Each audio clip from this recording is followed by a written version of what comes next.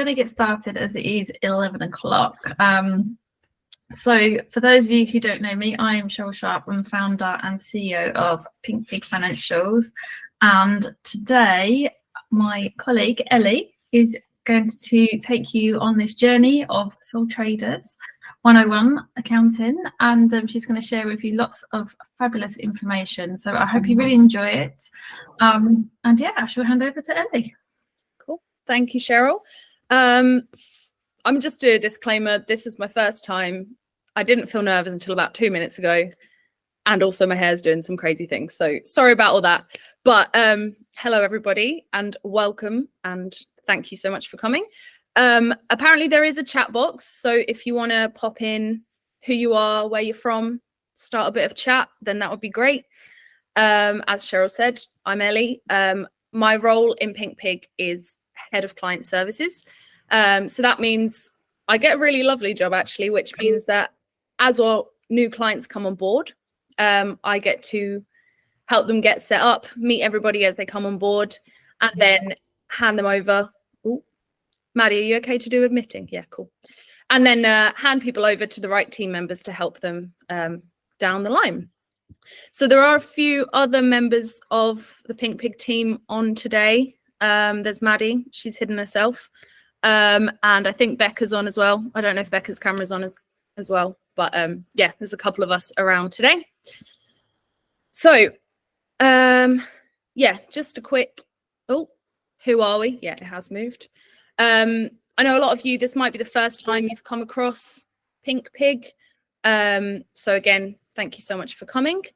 So obviously we had our little introduction from Cheryl, and there she is in the middle there with our 2 Accounting Excellence Awards, which we got last year. And just a bit, I hope I'm allowed to say this, Cheryl. When Cheryl founded Pink Pig, I don't think it was necessarily in order to grow a massive business and a massive team, but it was much more from a need as a mum to provide for her kids, be able to work flexibly, all of that stuff that we're probably all striving towards. And it was just basically because of Cheryl's values, work ethic, general loveliness, that the business kept growing, and therefore that the team has kept growing. So we're now a team of 8. So you can see us all on there.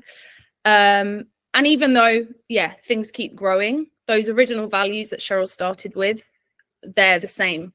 So we don't just let anyone in. That's to the team or to our client base. We make sure that everybody's values do align, so we're all working for the same things. Yeah, so we love working flexibly around our desired and needed lifestyles, and that's what we strive to help small business owners to do the same, whether it's around your kids, whether it's traveling, whether it's hobbies, or whether it's these big life goals that you want to get to. Need a mortgage, I need this or that. Yeah, it's all about you and your lifestyle. So that's just a quick intro. I know you didn't come here to hear all about us, so let's get into it. Yeah, so thank you everybody who submitted questions that needed covering. We will do our best to get through as much as possible. I'll probably keep speaking at this ridiculous speed and actually get through it all really quickly, so I'll try and slow down. Yeah, so we'll try and get through as much as we can, but obviously at the end, if there's anything that hasn't been covered, we'll have a little bit of a Q&A, or you can get in touch with us privately as well. So what we're going to go through is this 7 steps. So firstly, what is a sole trader and what it really means to be a sole trader? The definition doesn't always fit exactly how we experience things, does it? Then the things you need to know as you're setting up and how to set up. Part 3 is one that we had a lot of questions about, which was software versus spreadsheets. Part 4, obviously, your bookkeeping. And 5, the biggest question, I think, expenses. What can I claim? How can I claim it? All of that. Then filing that tax return, dealing with HMRC. And then right at the end, your future. What does your future look like as a sole trader? So what is a sole trader? So this is what HMRC says a sole trader is. You're self-employed if you run your own business as an individual and work for yourself. This is also known as being a sole trader. You can keep all your business's profits after you've paid tax on them, and you're personally responsible for any losses your business makes. Okay, so that's a definition. It's not very personal. It's not really telling you a huge amount. Cool, you're working for yourself. You're responsible. So our point of view of a sole trader is a bit different. So a sole trader may have started a side hustle. A lot of people start up alongside other employment to begin with, or following experience in an industry. So you might have worked in a certain industry and you're ready to set up on your own. And we know that sole traders have a lot of hats to wear. So you, like it says, are on your own, technically. You're doing the sales, you're doing the marketing, you're doing your admin, the customer service, order fulfillment, the finances, the CEO role, and probably loads of other things we've not covered.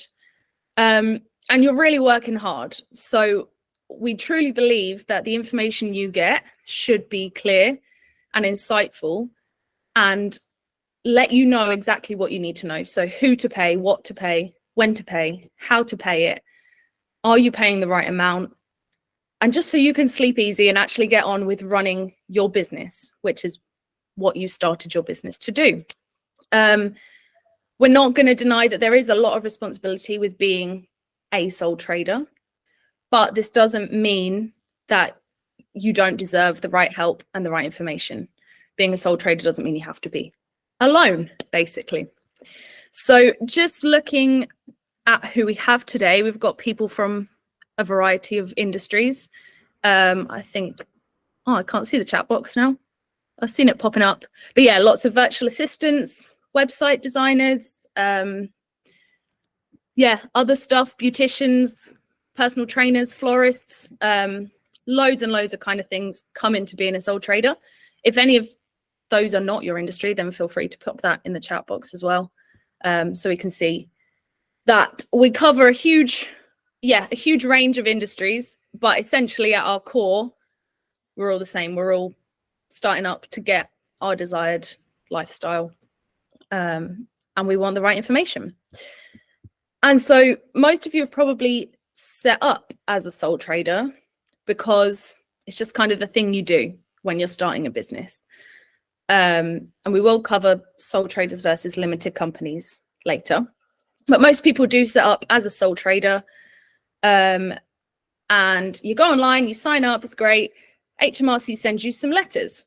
You get your UTR, which is your unique taxpayer reference. And then you get some letters from them telling you, you need to submit this by this date. You need to pay us by this date. All of things like that seem to serve their purpose because they want to get paid. But there's not a huge amount of information then on, well, how do you do it? And what's the right way to do it? And what are the right things to be paying on? And all of that. There's a huge information void, really. They do have a website, but it's as if someone was commissioned to write it and they were like, make it understandable, but only if you read it through 5 times, check with some friends, say a magic word, and then you can be almost sure of what it means. It's not clear at all. And we know that you didn't start your business to be HMRC jargon busters or even to do the accounts, obviously, except Cheryl, the one exception here. She did start her business for that. You started your business because you make the best brownies in the world, or because you can write the best Instagram captions in the world, or because you've got amazing knowledge about bossing it in the gym that you want to pass on to the world. You've not started it probably because you're desperate to do some accounts. And HMRC should know that. And they do know that, actually, because when you sign up for self-assessment, you tell them what kind of business you have. So they know that you haven't signed up because you love accounting. So they should know that, and they should provide information to you. Luckily for you, Cheryl has passed on all her experience to us, and we are kind of HMRC jargon busters now. Although in all honesty, a lot of the time it is still read it through 5 times, check with the team before we're certain on what they're trying to talk about as well. But anyway, next we are moving on to the things we think you need to know as you are setting up as a sole trader, or if you're already set up, don't panic. But if you've missed any of these steps, then they'll be really helpful to get done. So the things you should know. So quick disclaimer, if you're earning less than £1,000 a year, which is gross income, so that is all of your sales, then you don't need to register and you don't need to submit a tax return. I'm guessing we're all aiming for a little more than that, so we'll carry on. But just in case that's all you're aiming for, then don't worry. But yeah, the first thing to do, obviously, is to register for self-assessment. So the tax return is called self-assessment. It's not only sole traders that have to submit that. So that's why it's not called the sole trader tax return, for example. And you need to be registered by the 5th of October in your business's second tax year. What does that mean? So the tax year runs from the 6th of April one year to the 5th of April the next year. And then it's not until the following 31st of January that your return is due.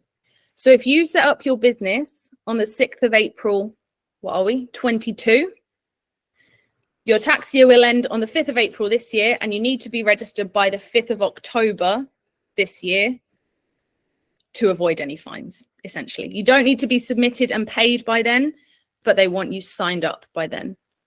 If that didn't make sense, let me know at the end and I will try and re-explain that. The next thing to do is to set up a bank account. Now, as a sole trader, it's not a legal requirement that you have a separate business bank account. It just makes your life a heck of a lot easier. So big if, because this isn't something we would advise, but if you leave your tax return to the 30th of January, at least if you've only got one bank account to look through and you know that everything in there is business related, it's going to be a lot simpler. Otherwise, you're looking through your 3 accounts, your husband's account, your wife's account, your cat's account. It's going to be a nightmare. So keeping everything in one place will hugely help you. Step 3 is getting to grips with your government gateway account. So when you receive your UTR from HMRC through the post, you can log on and sign up for a government gateway account. So this is literally, that's where you'll submit through, but it also is where HMRC can send you messages, any information you need to know. And also if you have any other employment, so you might still have an employed role as well, that should link into your government gateway account. So therefore all of your taxes in the same place, and you can see that you're paying the right amount. If everything was in different places, then you might be taxed, double taxed, and that just gets complicated. So it's really good to make sure everything is linked in that one government gateway account.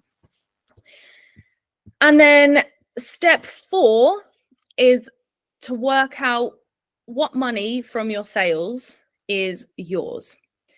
Now, HMRC's definition told you that you get to keep all the profits, which is technically true, except they want some of the profits as well because you need to pay tax. So some of your profit will be due, most likely, in tax or national insurance. So don't be bitten in the bum 2 years down the line or a year down the line because you've taken everything out of the account and forgotten to account for tax. Obviously, we will get into how to account for tax a bit later, but if we can, be aware of maybe taking a certain amount and making sure that we leave a base amount in that bank account ready for tax. It will be a lot less stressful that way than suddenly having to come up with £1,000 out of nowhere. So those 4 things will get you on the right track as you start. But yeah, let's get into more details on how to do all that stuff. So the first question is, should I use software or should I use spreadsheets?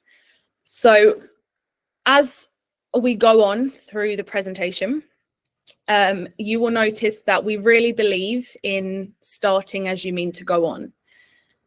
So just because your business is small right now doesn't mean you shouldn't have the processes and things in place for when your business is a 6-figure business or has employees or it's become a limited company, whatever the goal is. There's no 6-figure business running on spreadsheets. There just isn't. And there's no 6-figure business owner who doesn't have insight into their profitability ratio, growth targets. They're not tracking KPIs. They're not planning for tax throughout the year. It's just not how a successful business runs. So start now, start whilst you're fairly small, getting those things in place, and the growth will come so much smoother and so much easier. So probably a lot of people, when you start up, start using spreadsheets. And don't get me wrong, if you are that person who knows all the equations and stuff that you can do in Excel and do all the magic things, then that's really cool. But it's not all you need to properly track and run your business. So I did sit the other day for a good 10 minutes trying to think, what are the pros of spreadsheets that you don't get through software? To be honest, the only one I could think of is maybe that it's free, although I know there's like Microsoft subscriptions or other things that you might need to pay anyway. So what I'm not saying there aren't pros to using a spreadsheet. If it's a spreadsheet versus writing things down in a book, or a spreadsheet versus nothing, then absolutely the spreadsheet is a winner. But if it's spreadsheet versus software, there's nothing your spreadsheet can do that the software can't do, as well as all the extras. Yeah, once your business starts growing and you start having, or maybe you probably already do, you're probably paid through third-party apps, Go Cardless, PayPal, Stripe, things like that. Those all integrate into your software. There's loads of other things. And yeah, it facilitates much smoother growth. So a spreadsheet might be free. What is software?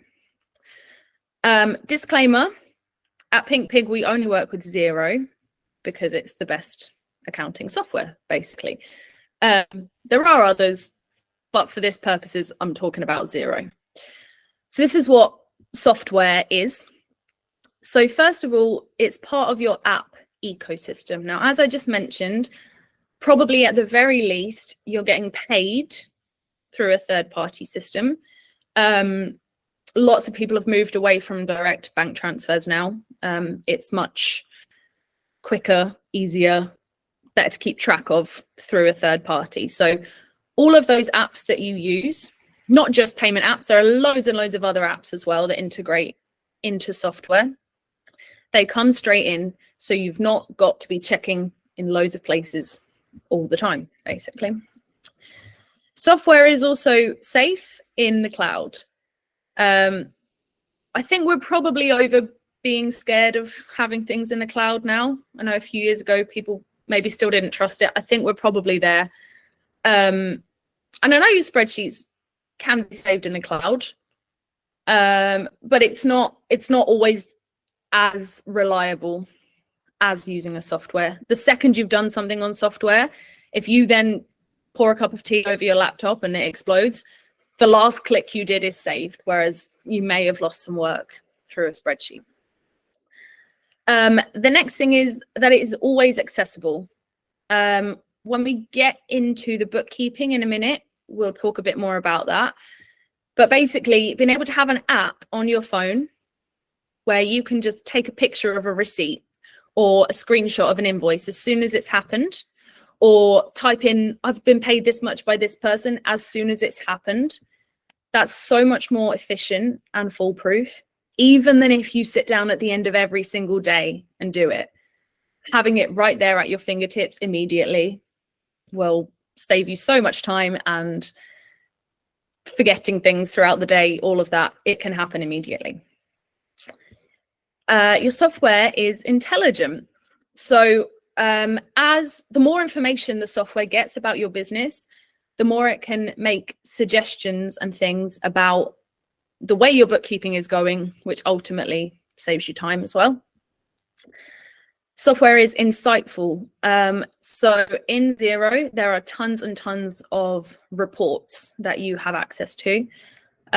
So it takes all your business data and it puts it into various reports to actually tell you the things that are useful for you to know. So a couple of our favorite ones. The first one is called the Business Snapshot. And this is really cool because it's got loads of graphs in it as opposed to just lists of numbers. It's much more visual. It shows you all kinds of things like your gross and net profit, your cash balance, your largest expenses, your largest customers, all kinds of stuff like that in a very visual way. There's also Budget Manager. So if you have specific targets on spending, what you're spending, all things like that, if you have a budget, you can input that budget into Xero and manage it all through there. And of course, a huge one for every business is your payables and receivables reports. So knowing who owes you money and who do you owe money to. And having those all there right in front of you in real time is incredibly, incredibly useful. Software is all in one. So as I alluded to before, everything is in one place. Your expenses, your income, your invoices, your bank feed, everything is in one place on one app. And it's ready for the future. Now, I don't know if you have heard of MTD for ITSA. It's been delayed again, but it is coming. And that is making tax digital for income tax self-assessment. What it means essentially is that you will be required to submit a report every quarter. So that's for a year, as well as your tax return to HMRC. As far as we know now, you're not paying every quarter, but it's so that they have up-to-date information on you, basically. And there's no choice but for this to be done through software. So if you don't have it now, you will need it soon. So yeah, it's ready, and the softwares are all prepared already and have those capabilities. So you'll be ahead of the curve there. So hopefully you're sold on software, but probably the thing you're thinking is, what about the cost? So for us, like I said, we use Xero only. The cost of a Xero subscription is £28 a month. Obviously, sometimes the prices fluctuate a bit. All of this for £28 a month, all of that peace of mind and time saving, we think is a no-brainer. However, they've also recently released a free app specifically for sole traders. So definitely write this down, download it right now. It's called Xero Go. This app is free. There are a couple of add-ons that you can pay for, but in its basic form, you can take pictures of your expenses, create your invoices, record any income, and it will give you all of the details that you need to be able to submit a tax return or make those MTD submissions for free. So if you take nothing else from this, please download Xero Go. We're not sponsored by Xero. I'm not advertising it for any monetary reason other than it will change your life. Cool. So hopefully we're sold. How are we going to do our bookkeeping then? So on a very basic level, bookkeeping is about tracking what's coming in and what's going out, so that at the end of it, it gives you your profit, what you've made. And as we've already mentioned, we don't think you should have any less insight on that than if you were on Dragon's Den. We're not going to interrogate you Dragon's Den style, but there is a reason why the dragons do interrogate like that.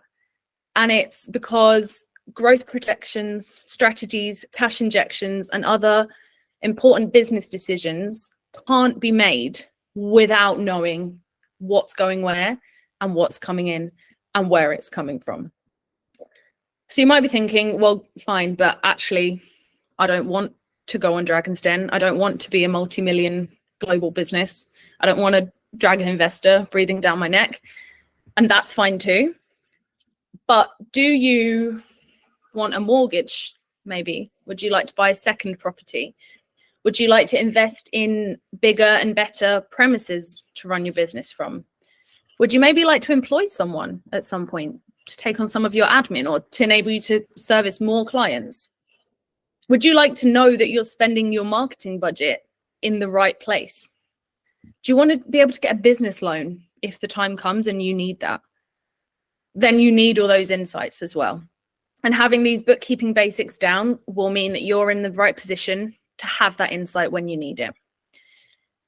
Now, again, there's loads of jargon that comes along with bookkeeping and accounting.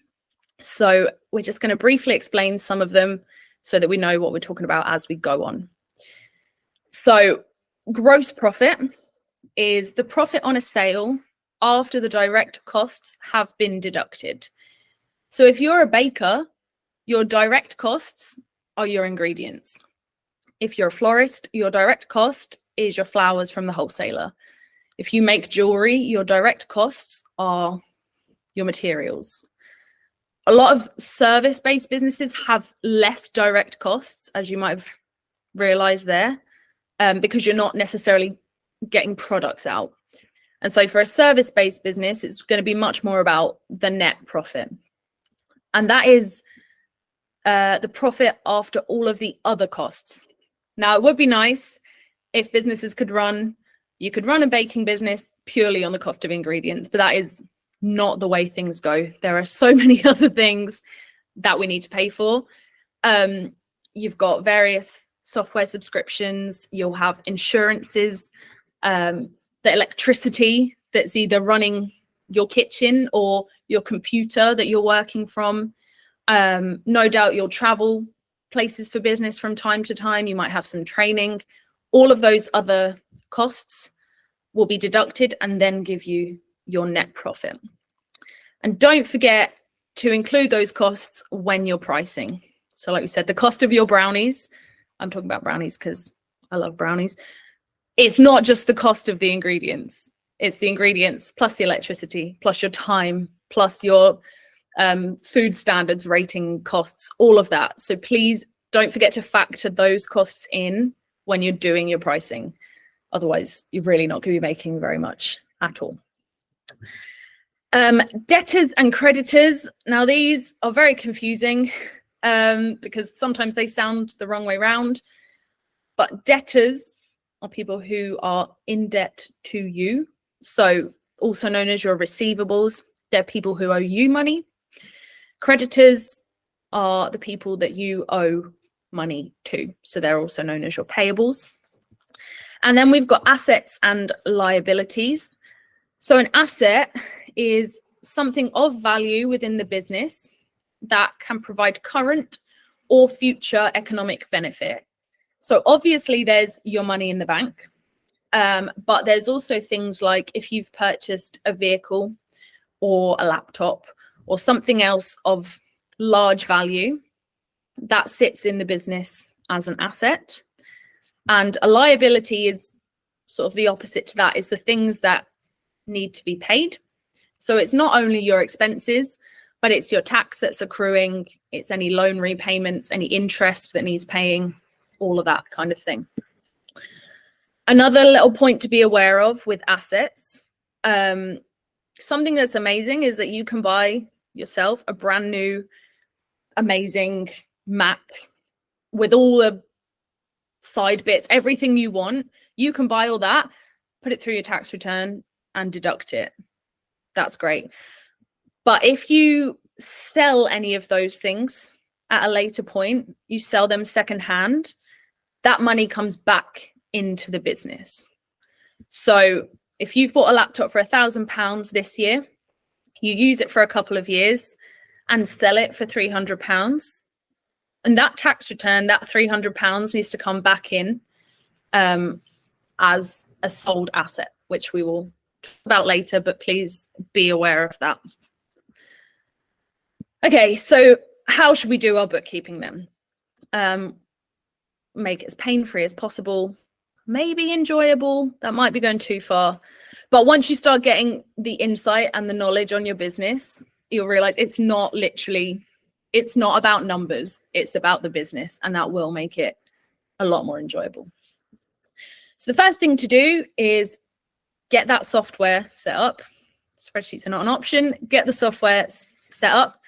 There'll always be a demo company, so you can get to grips with the software, have a look through what reports and things it is you'll find interesting. How does the user interface work? All of that.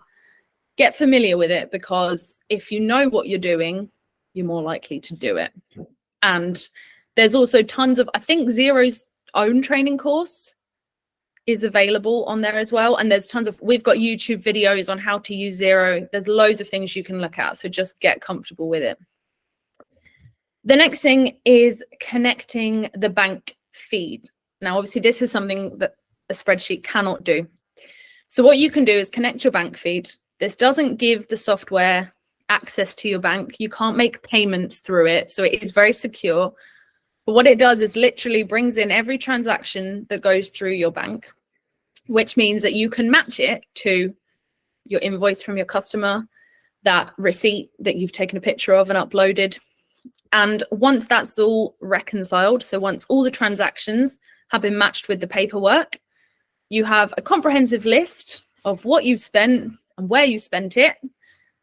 And essentially those figures can be taken pretty much and directly put into a tax return. And that's also known as your profit and loss. So you'll have all your sales. It'll say, this is what you spent on advertising. This is what you spent on travel. This is what you spent on training, whatever it is. And those figures, give or take, can be put into the tax return pretty much as they are. Number 3, get snappy. Taking pictures of receipts is, the biggest thing that we tell our clients to do.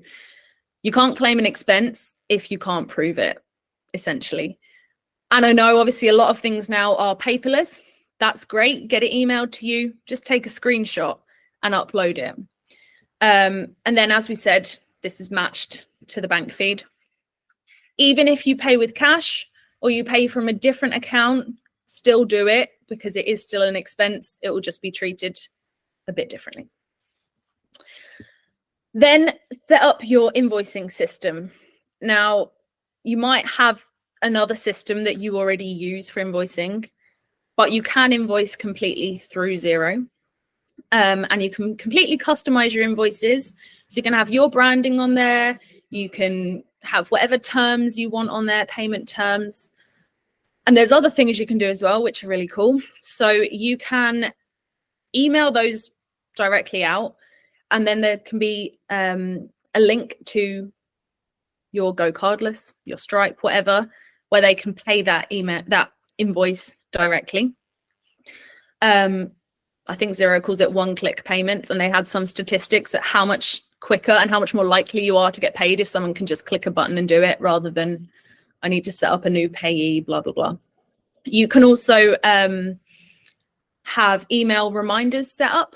So you could set up your invoice and have an email reminder go out every week to your client, or once the due date's passed, have an email reminder go out to them. It's all completely customizable for however's going to work best for your business.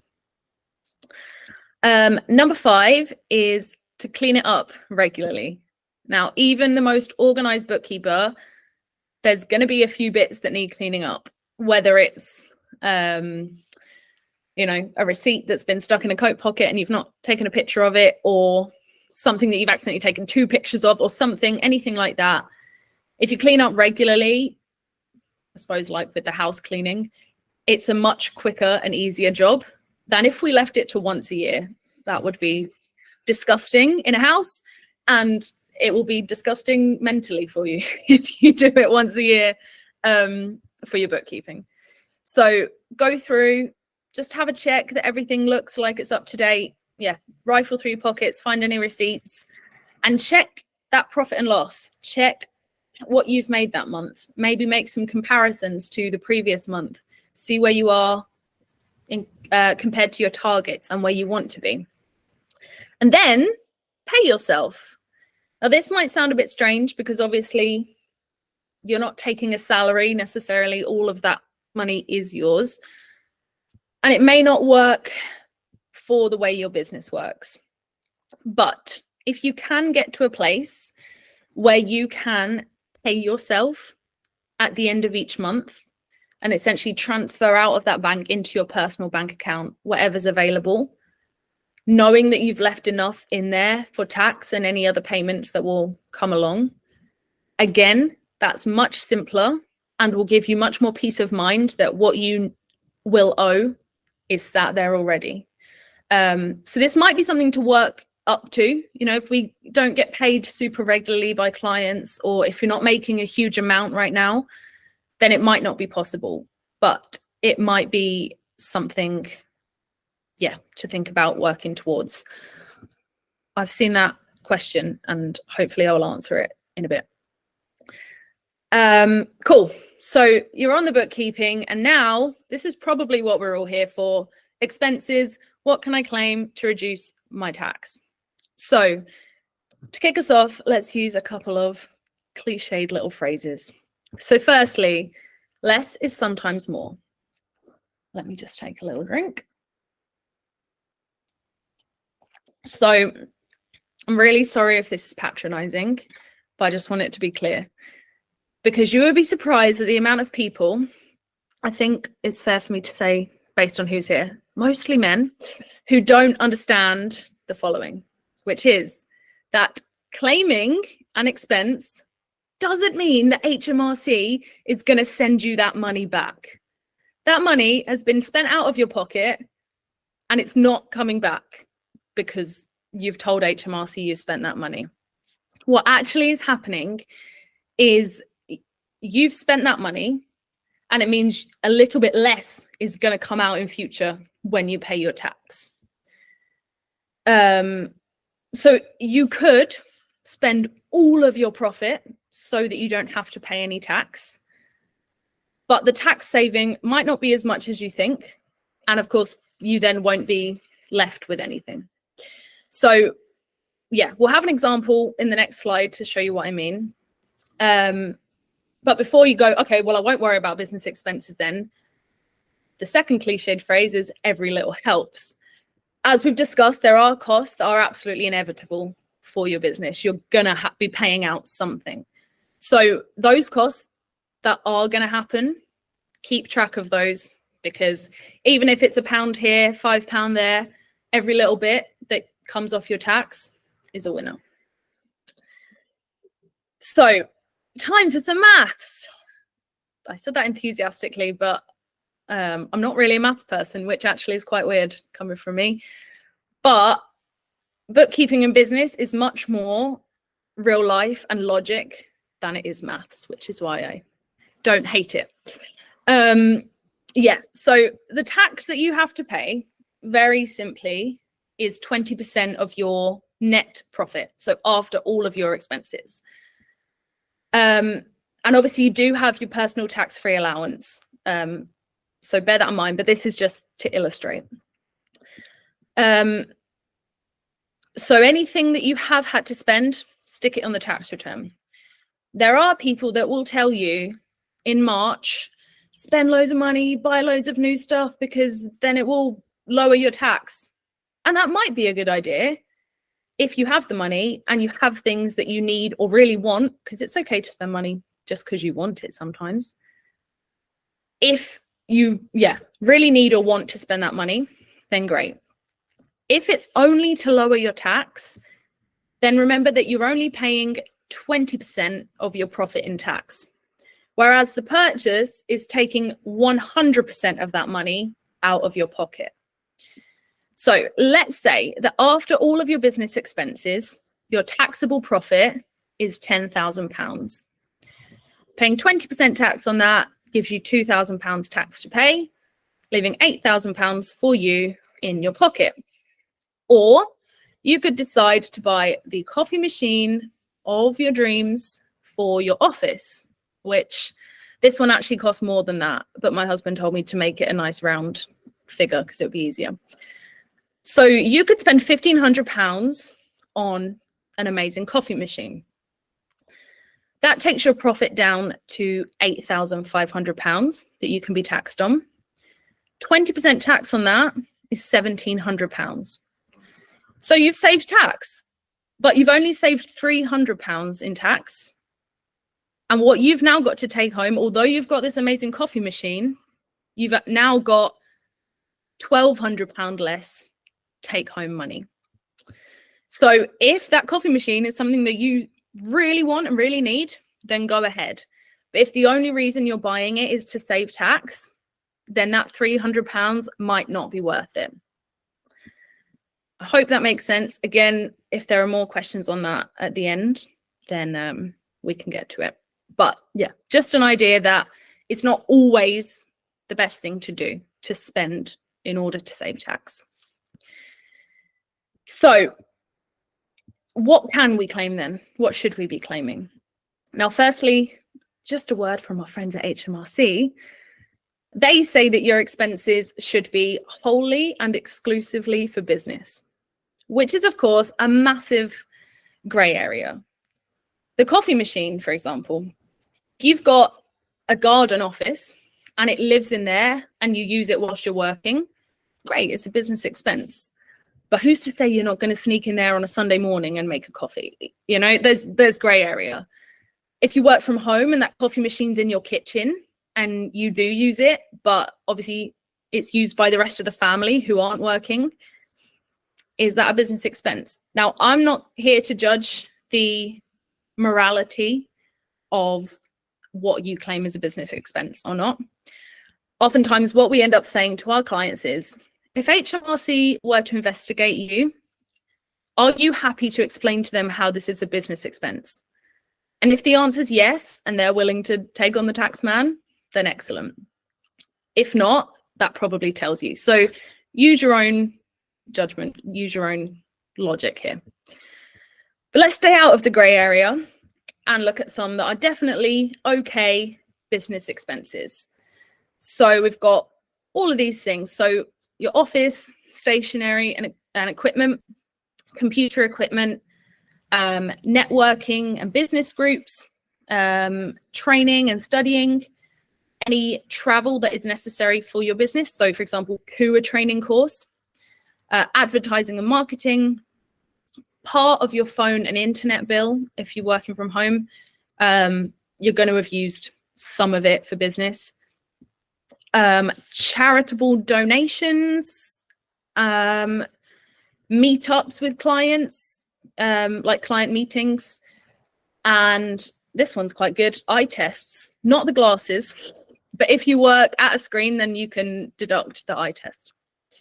And there's loads more, but there's just a few to get you started. And here are three very often overlooked expenses. But these three are probably the most beneficial. And the reason for that is these are things that you will have spent anyway. There is not a chance that you've not spent these costs, so you might as well claim them. So the mileage. Now, this is for any business-related trip. So it could be networking, meeting a client, taking stuff to the post office, going to buy ingredients, traveling to training, all of that. The only thing you can't claim is if you have a rented office somewhere else that is your primary place of business, you can't claim the back and forth to there. Everything else is a go. Now there's different rates for different different kinds of cars, petrol and diesel versus hybrid versus electric versus even bicycles. But you can claim a proportion of the mileage. what you can't do, unless you have a vehicle which is only for your business, is put through your insurance, your fuel, your repairs, your MOT, all of that stuff. The mileage is deliberately higher than it actually costs you to cover a bit of wear and tear. So for example, a petrol or diesel car is 45 pence per mile.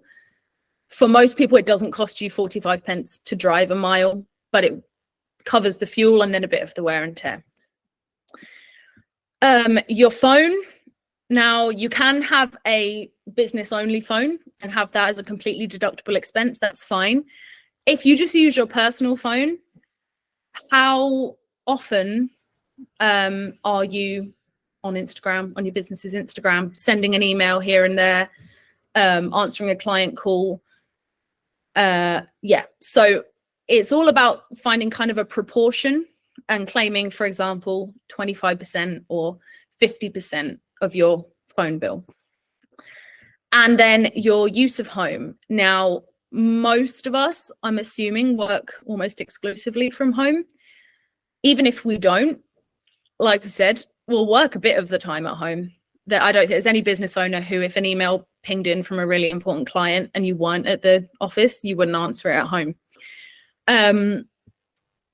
So HMRC gives an incredibly generous, wait for this, £26 a month as a flat rate of working from home, which with the temperatures and the costs we've had, I think that's like what it costs a day, really, isn't it?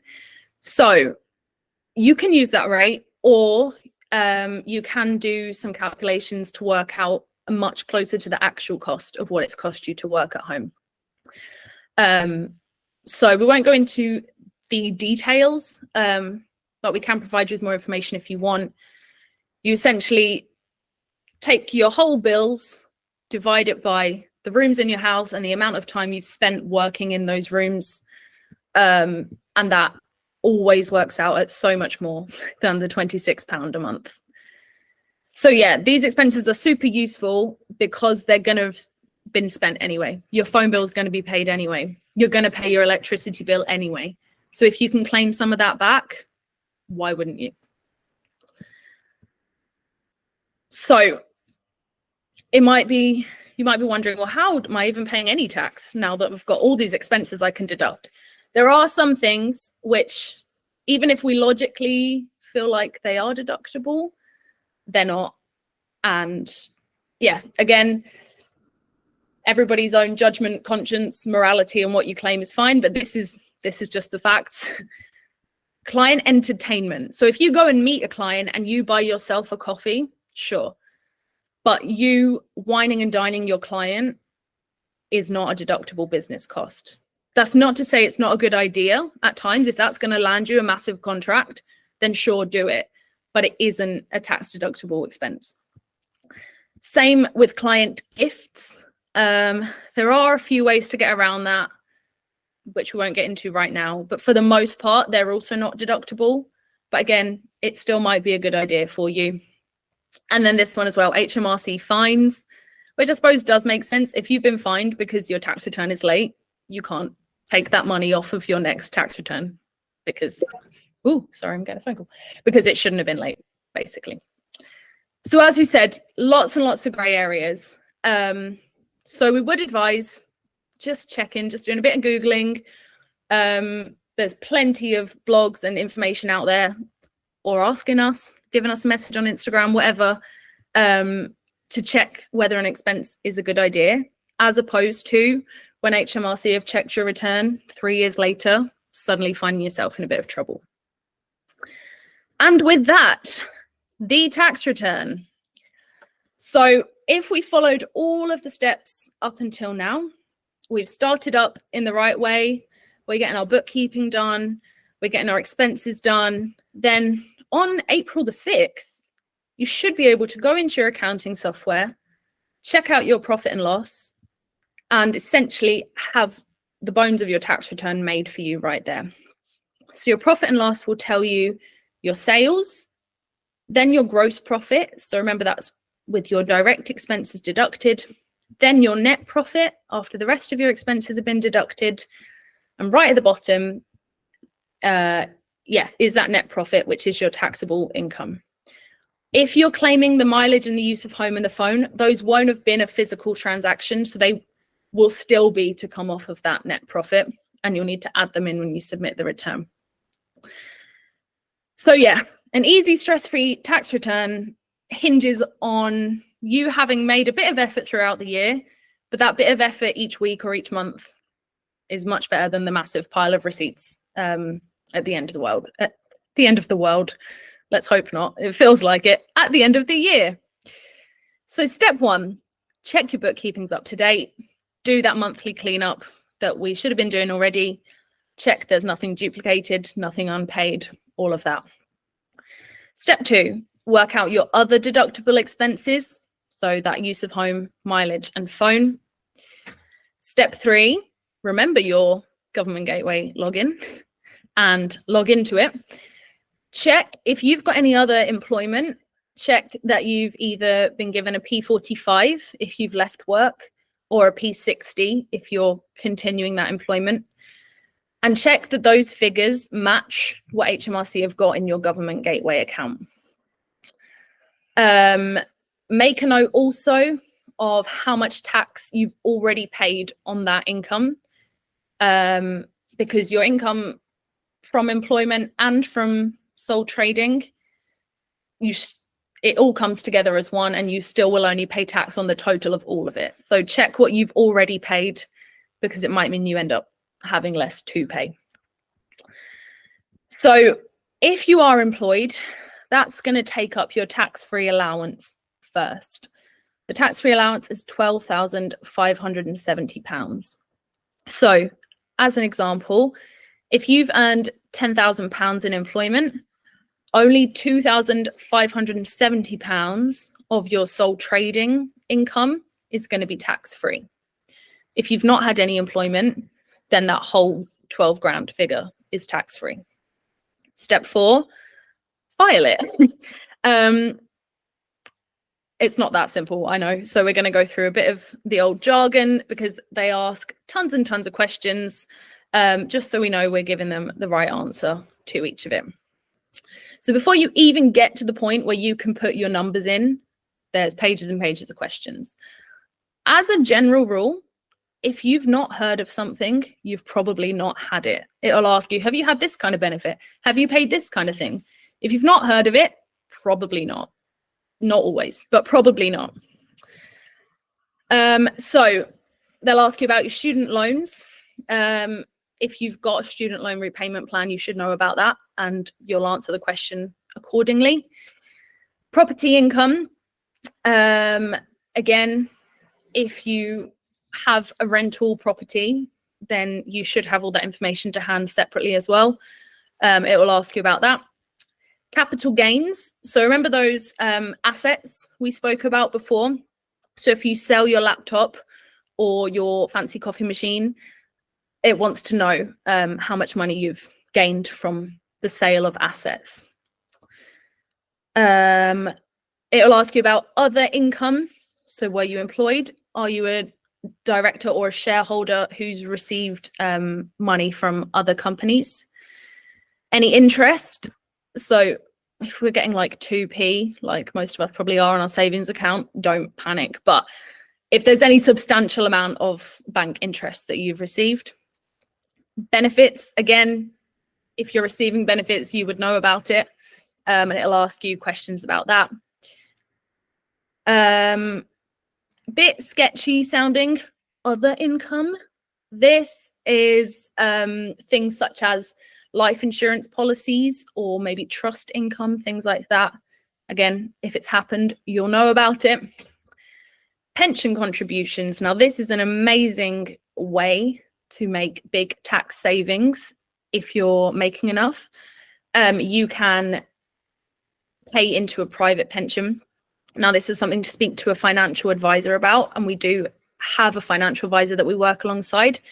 So if you are interested in that, then we can do you an introduction there. Just let us know. But yeah, you can put a certain amount tax-free into a pension, and then your charity donations as well. So we're nearly done, guys. Yeah, what will you owe? How do we work out what we will owe? Now, the rates can change from year to year on what the tax-free allowance is, how much tax we're paying, how much NI we're paying. So every April, I would check what are the rates for this new year so that you can keep track throughout the year. Be aware also of different tax thresholds. So if you have a personal income of more than £50,000, you'll be taxed at a higher rate. And then over 100,000, you lose your personal tax-free allowance. And if you have anything owing from a previous year, then they might lower your tax-free threshold as well. But these are the sums you need to know. Maybe take a picture of this one. So step one, your tax-free allowance, most likely £12,570. Deduct any employment income. That's your tax-free self-employment profit. So let's say you've had £10,000 in employment. The profit that you can have tax-free from your self-employment is £2,570. Take your profit after all your expenses have been deducted and take away that tax-free allowance.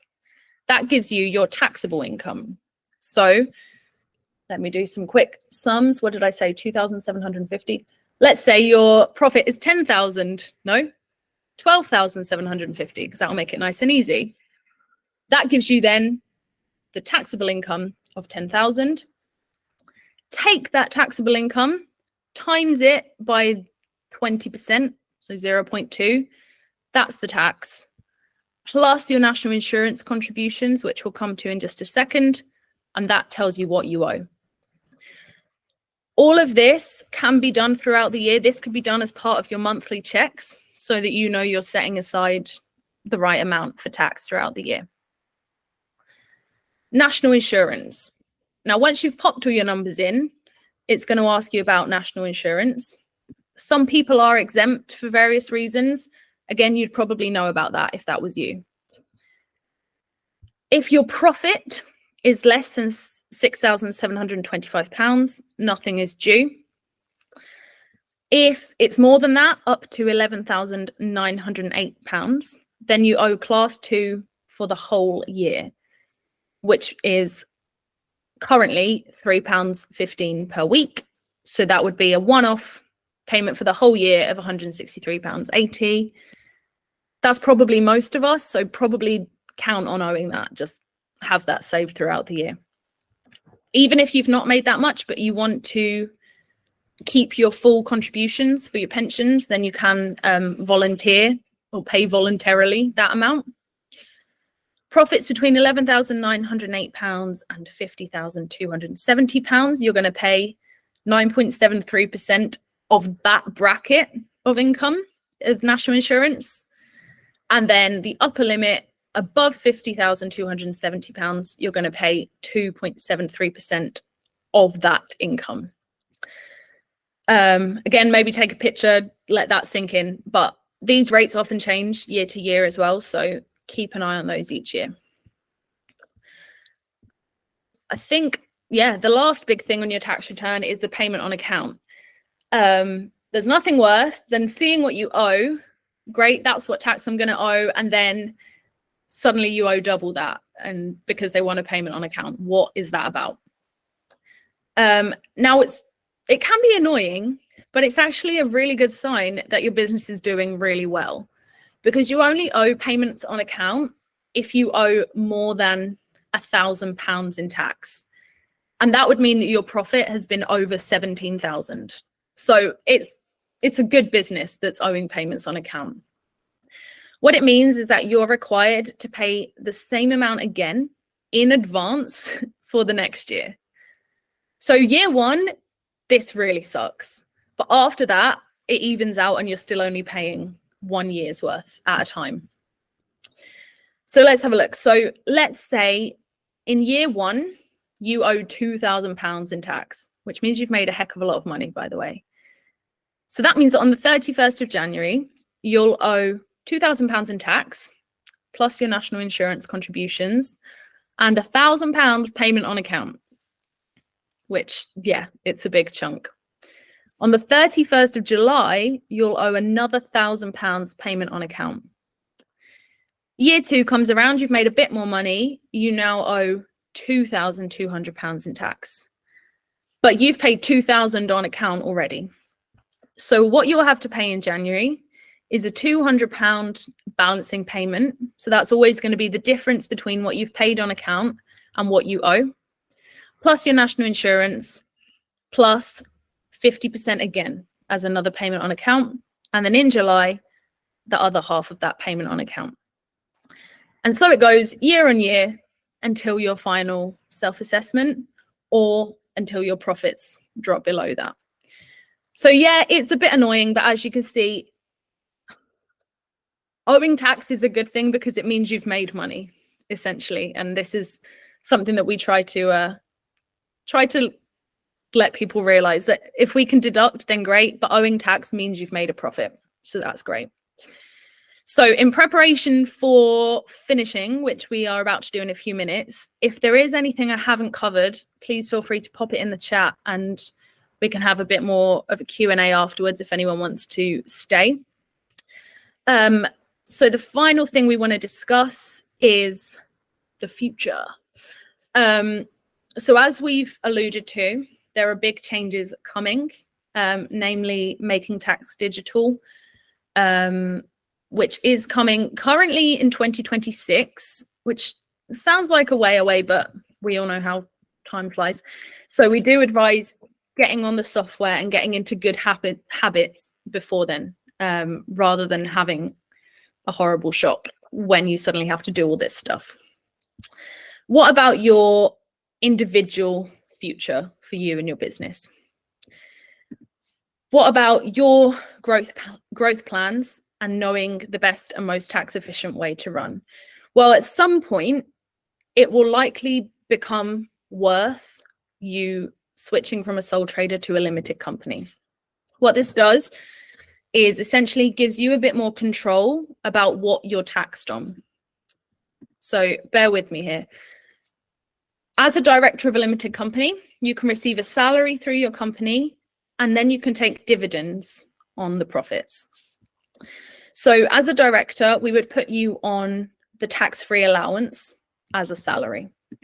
This reduces the company's profits by your salary, so by £12,570.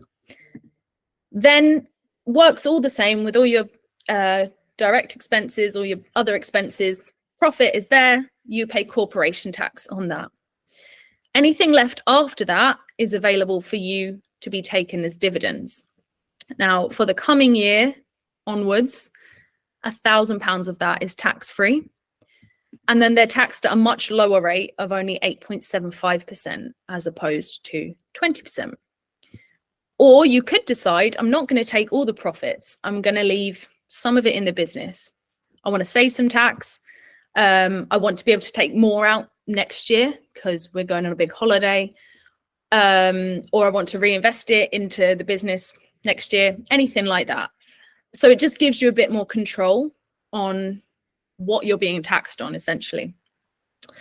Additionally, as a director, you can have what's known as trivial benefits, which are little gifts that you can give to yourself of up to £300 a year, which again reduces the company's profit. And you can also choose to have other family members or close people to you as shareholders in the business, and they could also have that £1,000 tax-free dividend or pay lower tax on further dividends. It's a huge decision to make. It's really not just about profits. But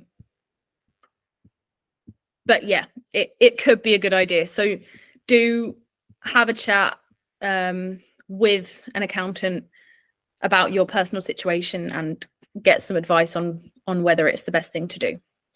Which leads me to our final slide, which is working with us potentially. Now, obviously, this was a free resource, and hopefully we've given you some confidence and a bit more information so that you're able to do some things. And if you're happy and confident to go alone, then I really hope it's been helpful. However, we know that running a business is not just about tax returns. There is so much more to it than that. And so we do offer some amazing packages for sole traders to take care not just of your compliance, but also to offer training on your software, quarterly business reporting, annual tax planning, a growth strategy session, and loads more things, depending on what your needs are. And also our wonderful Cheryl, as we told you a bit about her story, she's been in this position and she's grown a massively successful business. So she does offer mentoring and general help as well, just if you want to bounce some ideas off and get some of her experience as well. That's it with the sales. This isn't a sales webinar, so I'm not trying to sell you on anything, just to let you know that we are here if you need us. So yeah, thank you everybody so much for coming. I hope it has been useful. I'm sure there are some things I've missed, so we will take some questions. If you don't feel comfortable asking questions in front of everybody here, then you can absolutely get in touch with us privately. That's not a problem. Yeah, and if you want to just have a lurk and not actually have a chat with us, then all of our social media stuff is here. And yeah, that's that. So I don't really know how to finish it other than say thank you everybody for coming. And yeah, I'm going to have a look in the chat box and see if we've got any questions. If I can look in the chat box. Here we go. Okay. Feel free to unmute and say hi and stuff if you want to as well, whilst I'm having a little scroll.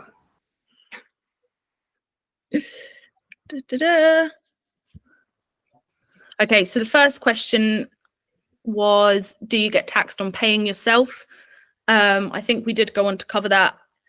You're only going to get taxed on what's above the tax-free allowance. And as a sole trader, you will get taxed on all of your profits. So whether you leave it in that bank account or you pay yourself, if it's profit, you will get taxed. Do we need to put aside more than 20%? So I think we covered that with the payments on account. Emma, if you're still around. Yeah, if you can keep track and kind of have an idea of what your profits are going to be, then you'll know if you're going to need to be saving more, essentially. So hopefully that answers that. If you charge clients travel, can you claim the mileage? If they're paying your travel costs, then no. But yeah, if there's any journeys that you're not being reimbursed for, then yes. Do we need to take the tax-free allowance off of the tax return? No, so that's done automatically.